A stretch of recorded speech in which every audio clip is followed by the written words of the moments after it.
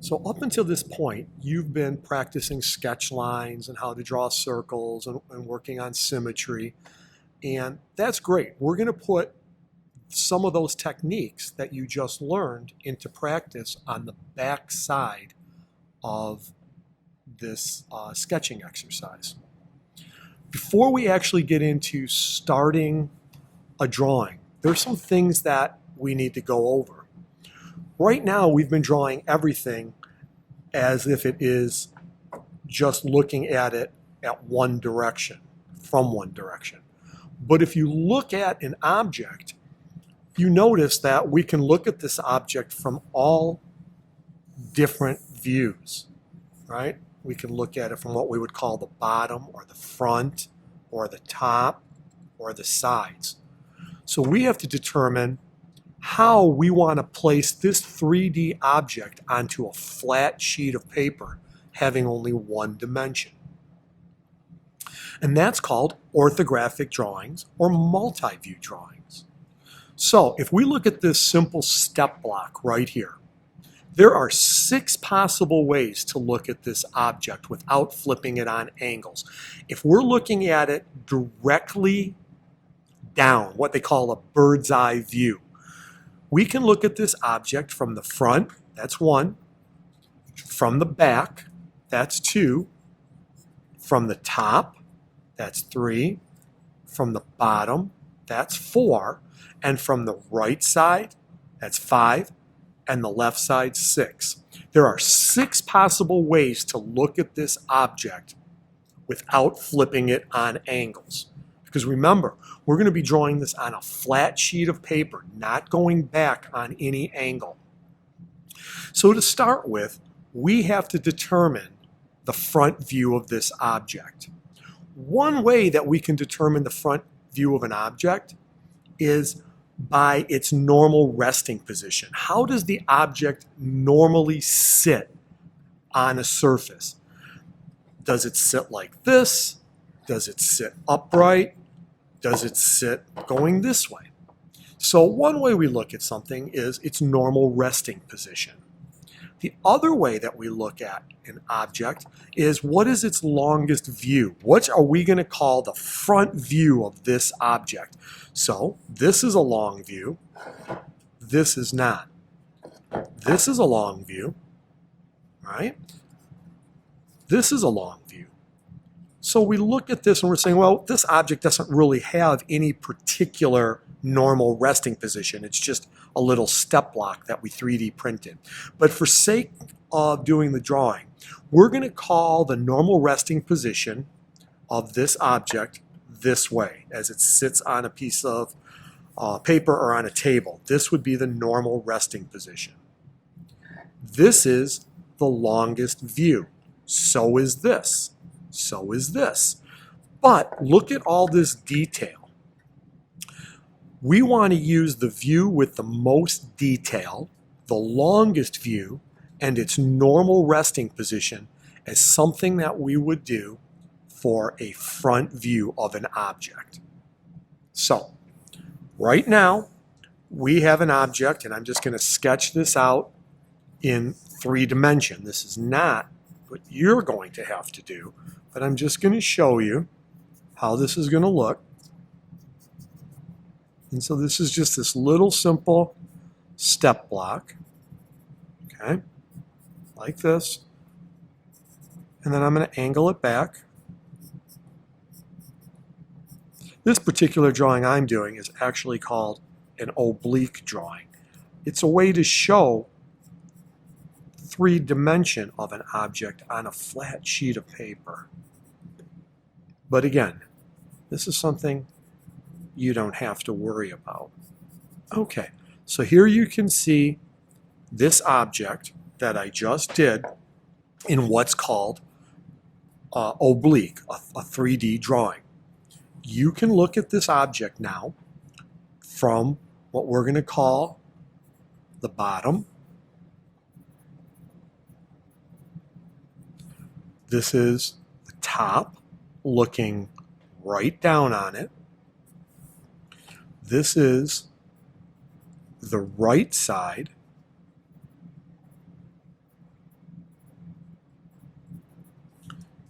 All right, these are the three most common views used in drafting. The top,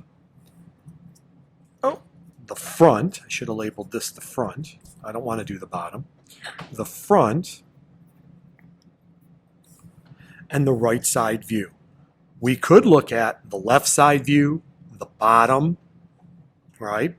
But we only want to use the three most common views, the top, the front, and the right side of an object. So how do we draw that on a flat sheet of paper? All right, so let's say that I have my piece of paper right here, like this. Okay, this is just a standard, let's just say this is my 8.5 by 11 sheet of paper. The front view, what I see right here, always goes in the lower left-hand corner of the sheet of paper that we're working with. So if I look at this view right here, this is what I see. I see something that looks like this. Again, doesn't have to be perfect. I might actually be a little bit out of proportion with this, but that's okay for the sake of this demonstration. So when you take a look, this view is known as the front view. Right there. So this is the front view. We've taken it off of this object, and we've put it on a flat sheet of paper. Now, we actually know something about the top view of this object. If this is the front view right here, and you're looking at the distance between my fingers or my hands, you can notice that the front view and the top view are the exact same length. So I know something about this top view, which is going to go right above the front view, just by this drawing right here. So what I'm going to transfer up is some lines. We're going to call them projection lines. And if you look at that, I know that whatever the length is in the front view, the length in the top view is identical. Okay? I also know something about the right side of the object. If you look at the right side of this object right here, whatever the height of the object is here, I know that the height of the object is the same in the right side view. So if this is my front view, this is going to be my top view. To the right side is the right side view. I can project lines using construction lines. Very, very light lines all the way over. I now know the height of my object and the length of my object. I don't know too much more unless I actually look at the part. Because from this view, from this front view, I really don't know the depth, how far back this object goes. I actually need more information. And I would have to actually manipulate or change this object or have something that tells me how far back this object goes. So you actually have to see the object again. So if we look at this, I'm going to take this object, I'm going to look at the top view, and I'm going to just, on my sheet of paper, I know it has to be this long, so I'm just going to connect these points like this. So I had to know what this distance was. I didn't know it from this view, but I had to look at the object to see that. Now let's go to this right side view here. Right here where the right side view is going to go. How do I know how wide this is? What is the depth of this here? I actually already know that from the top view, because whatever the distance is here, the distance in the top view is the same. If you look at my fingers, the distance between my fingers here and when I turn it, the distance does not change between my fingers. So I have a little technique that we can use for figuring out this distance right here. And here's what I would do. In this corner right here, I'm going to sketch a 45-degree angle, what I think is approximately a 45-degree angle. Basically, half of 90, 45 degrees. And if you look, I just kind of estimated this 45-degree angle, and this is called a reflection line. A reflection line.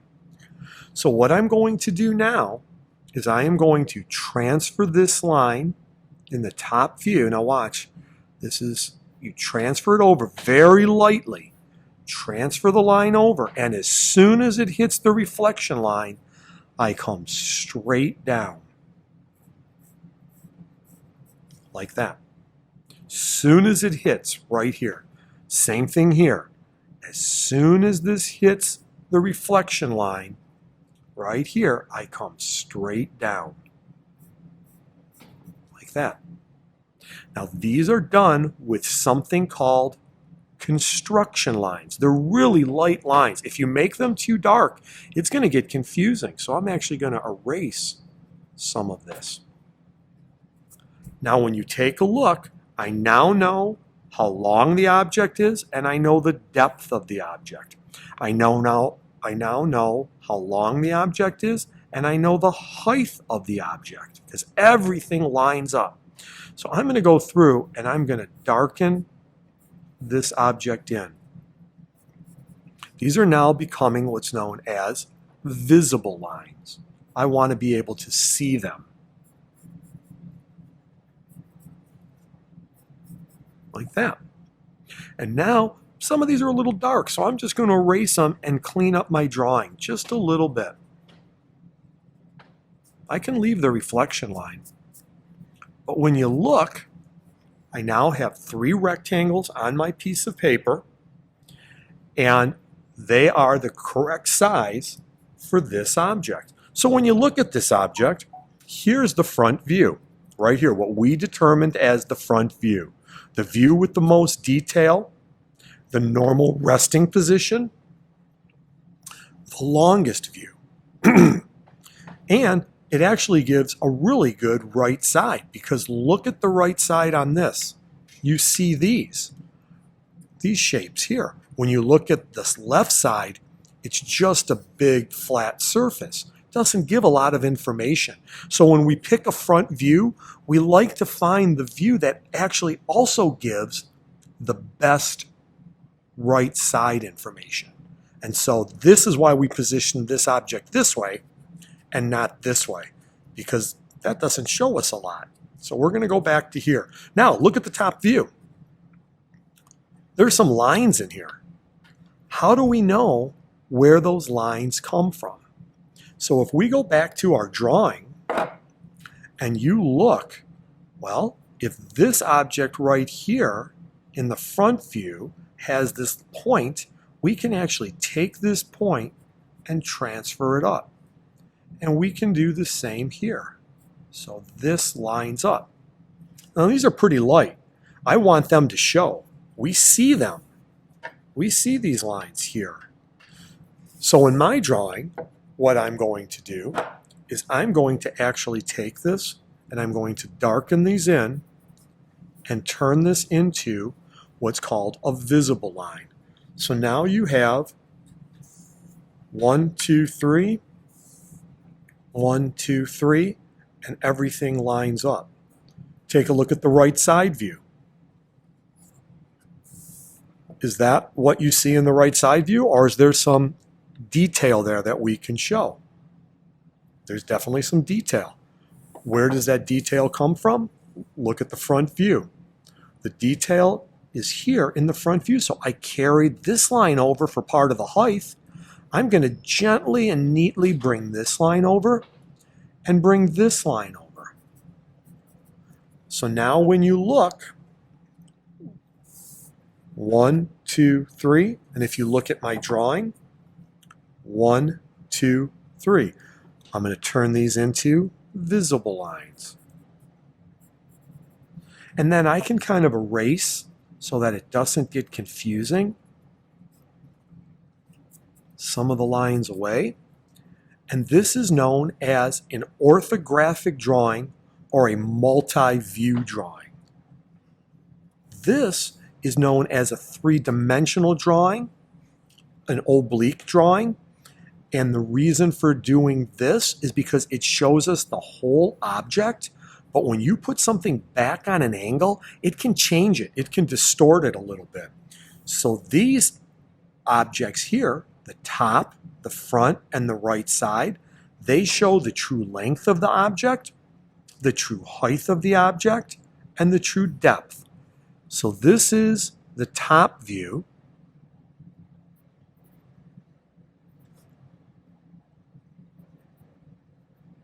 And this is the right side view.